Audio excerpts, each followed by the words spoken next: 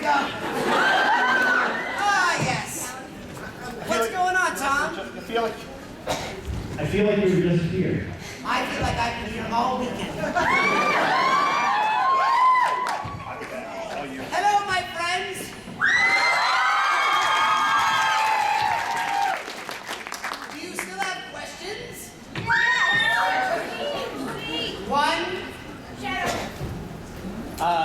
Wally Winger shared a story about you Yes. with me. I want to hear one about him. One about Wally. Wally and I once dressed up as Batman and Robin. And Wally paid to have real costumes made, exactly like the Robin costume. And we went out on Halloween in Santa Monica on Halloween, and we went around going, "Hello, citizens, holy bat capers!" We got into an area where people started touching us inappropriately, but I stayed there. I said, "Easy there, citizen." Was that the story he told you? No, he told me one. They kind of shared it earlier yesterday with you being isolated in the booth, and Jody just turned you off and you're sitting. Yeah, yes. I was isolated. Yes. What is your favorite musical? Jesus Christ Superstar. Musical of all time. Then I like Les Miserables. And I love Anything Goes. Avenue Q. I love Avenue Q. Heard for all those darn puppets. The band Partners and War. I like that, I guess. Yes. Yes. Sweeney Todd. Sweeney Todd. Yes. Sweeney Todd. Sweeney Todd. Nightmare that he was chasing me and he was trying to my Jeep.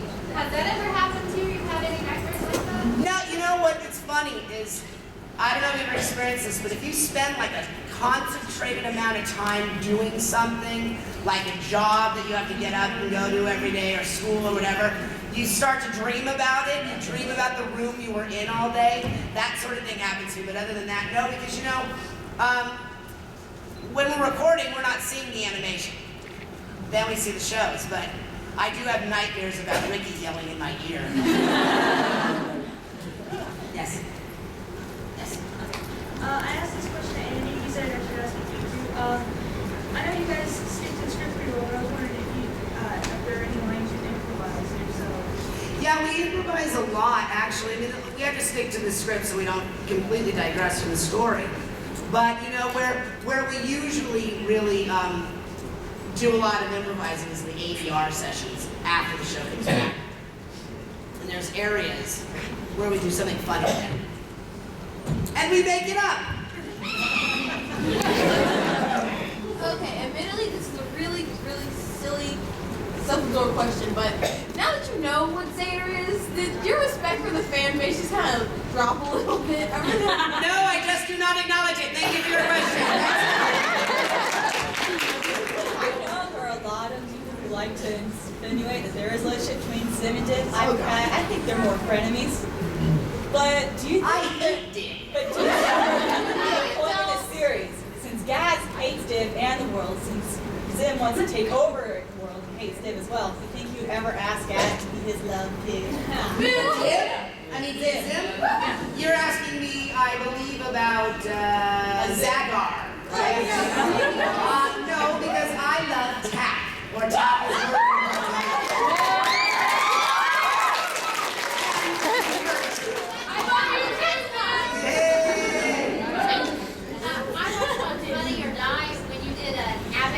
Yes, with Fred Willard. Can you do a little bit of that, just a little bit? Oh, gosh, I need Fred doing that.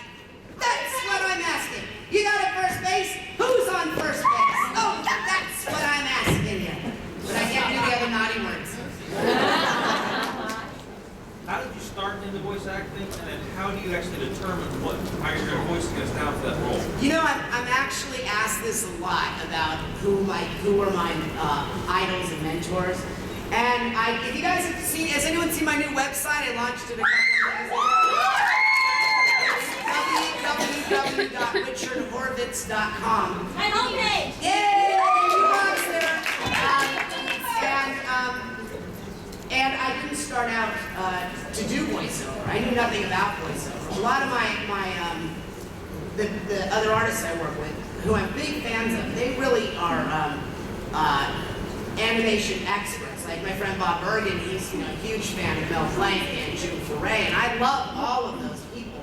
But I didn't start out to be a voiceover actor. I started out on camera. And I did a lot of TV shows when I was a kid, a lot of commercials. So I started acting professionally when I was 10. And around 1988, 89, someone said, hey, you got a funny voice, you should go into voiceover. I knew nothing about it. I just knew that the commercial agent shared an office with the voiceover agency, and I went over and I went, can I do voiceover? They're like, oh, you got a demo? And I'm like, yeah. Well, the demo was a reel-to-reel. That's how it was. And they go, well, yeah, we've got no one like you, so we'll sign you. And that's how I got into voiceover. It was just like that. But I did an animated show 5 years into that kind of voiceover world, and I loved it because I got a new script every week. I got to be as crazy as I am. Angry Beavers? And Angry Beavers was my first series. Prior to that, the very first animated job I ever did was a show called Prince Valiant. Which was Robbie Benson, Rob Paulson was on it. What was that show? It was about some sailors. They would sail on ships, and I played a ship's mate. That was my first gig. I only did one episode, so I can't even really tell you what the show was about. And so, as far as how I create the characters, I never start with the voice. It never starts with the voice. And any one of my my fellow voice actors will tell you that we never start with what voice are we going to do. It's about the story, and it's playing pretend. So when you were a kid and you would play on the playground, and I would say, okay, you're going to be Superman, you wouldn't go, should I use this voice, or should I use this voice, or you just go, freeze, Lex Luthor, and you would do a voice. And that's how I play. If you were to be asked, or have you been asked to do a GPS voice, we would love to hear you on our show.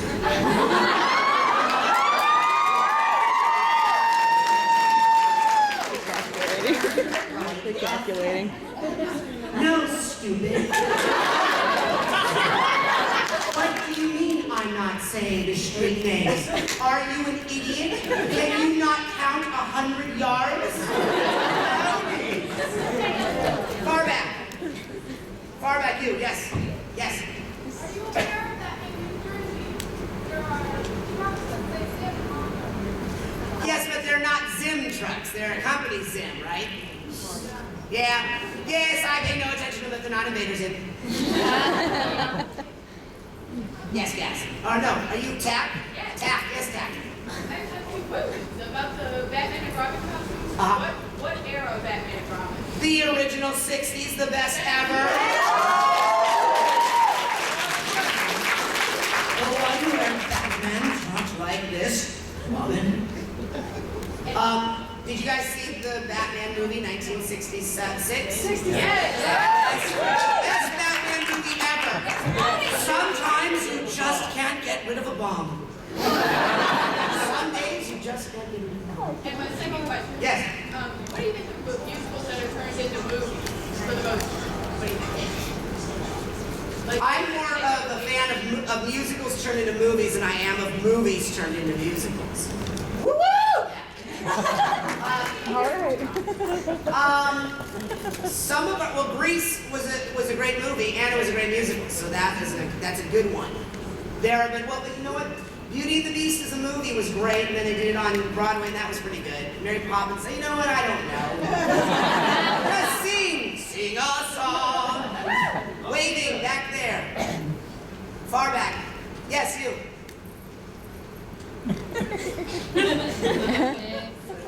You said, by the way you look at you and other things that are dressed up, the bonus episode called, like, what would it called?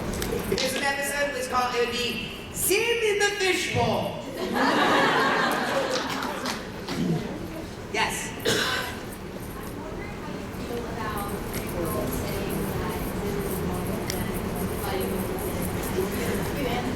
You know what, I'll tell you. I don't follow any of that stuff, but I love that people have imaginations. So if your imagination takes you to places like that, then more power to you. Have you seen Dr. Horrible's vlog? No, I have not. Oh, you should. I look it up, Dr. Horvitz. Sing along blog, I love it. Yes. Many years ago in Northern California, I saw a van with the Angry Beavers on it. And it said Daggett Mobile on it. And I was just curious if you knew anything about that, if it was like the creator's car or... In fact, the creator's a dear friend of mine, his name's Mitch Shower. And he and I actually did a pilot for for Disney called Little Man Dan and His Big Fat Hand. And it was about a little animated boy that was about 11 years old, played by me, who was born with a large live action hand. And the hand was huge, and this hand was more popular than he was. So like the Beavers, it was a brother story. In the pilot episode, the only episode, Dan wants to go to the dance with Trish Yu, but he doesn't want Han to go. So Han shows up disguised as a cheerleader. And Han was drawn with eyes and in a wig. It was pretty cool. While I regret not having ever seen the Angry Beaver show. What? Yeah, that's parental. You clearly have been living in some. I live on foreign your land. I've accepted that, but while I regret not having ever seen that show, I have seen Billy and Mandy, and I find that Zim's part and Billy's part are very similar, though Billy's a bit toned down. Was voice acting on Billy and Mandy as well similar to Invader Zim?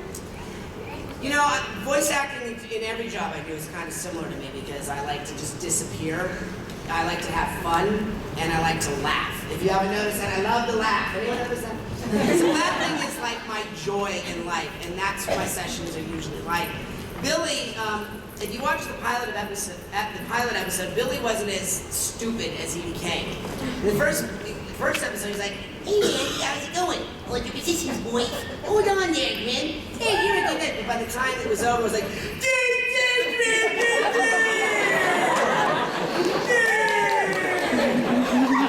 I didn't have to write dialogue. I like to go,